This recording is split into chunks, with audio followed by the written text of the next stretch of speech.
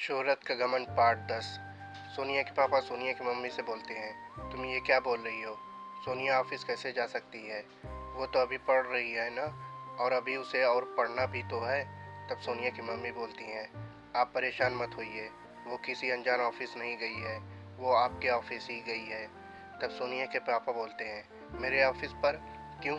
तब सोनिया की मम्मी बोलती हैं, वो रोहित भाई साहब आए थे पैसे लेकर और बोल रहे थे कि साहब ने दिए हैं, मगर सोनिया को ये बात पसंद नहीं आई और उसने वो पैसे लेने से इनकार कर दिया और बोला कि अगर आपके साहब को हम पर इतना ही तरस आ रहा है तो उन्हें बोल दो कि मुझे कोई जॉब ही दे दें। तो फिर क्या? भाई साहब ने जाकर साहब को बोल दिया और उन्होंने आपकी बेटी को काम दे दिया।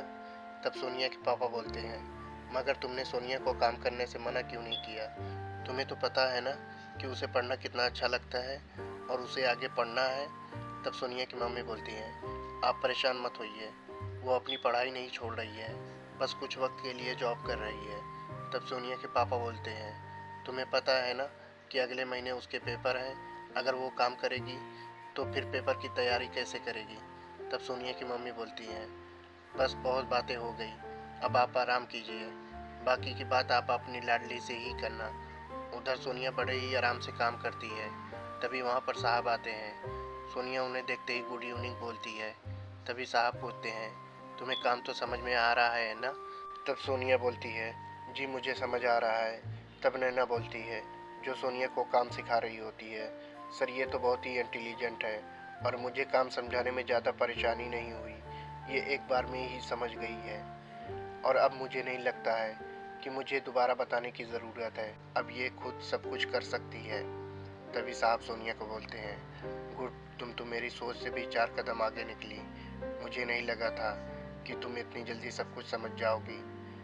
उसके बाद साहब अपने कैबिन में चले जाते हैं। उधर मीरा स्कूल से सीधा ट्यूशन जाती है और फिर उसके बाद सीधा हॉस्पिटल। मीरा को देखते ही उसकी मम्मी बोलती हैं, बेटा तुम घर नहीं गई? तब मीरा बोलती है, नहीं मम्मी, मैं स्कूल से सीधा ट्यूशन गई और फिर सीधा यहाँ पर आ गई, क्योंकि मुझे लगा कि आपको किसी चीज़ की ज़रूरत होगी, तो फिर आप अकेले कैसे करेंगी, क्योंकि दीदी भी आपके पास नहीं है।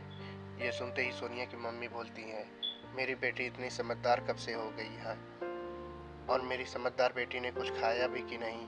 तब मीरा बोलती है, नहीं मम्मी, मैंने बस स्कूल में लंच किया था जो दीदी ने बना कर दिया था। तब सोनिया की मम्मी बोलती हैं, क्या मेरी बेटी अभी तक भूखी है? चलो जाओ बैठो पापा के पास, मैं अभी कुछ खाने के लिए लाती हूँ। तभी वहाँ पर डॉक्टर आता है और बोलता है, देखिए अब आप अपने हस्बैंड को घर ले जा सकती हैं, क्योंकि इनकी सारी रिपोर्ट नॉर्मल है। ये सुनते ही सोनिया की मम्मी और बहन दोनों खुश हो जाते हैं। तभी डॉक्टर बोलते हैं, देखिए इतना खुश होने की कोई बात नहीं है, क्योंकि एक बहुत बड़ी परेशानी भी है। ये सुनते ही सोनिया की मम्मी घबरा जाती हैं और बोलती हैं, परेशानी?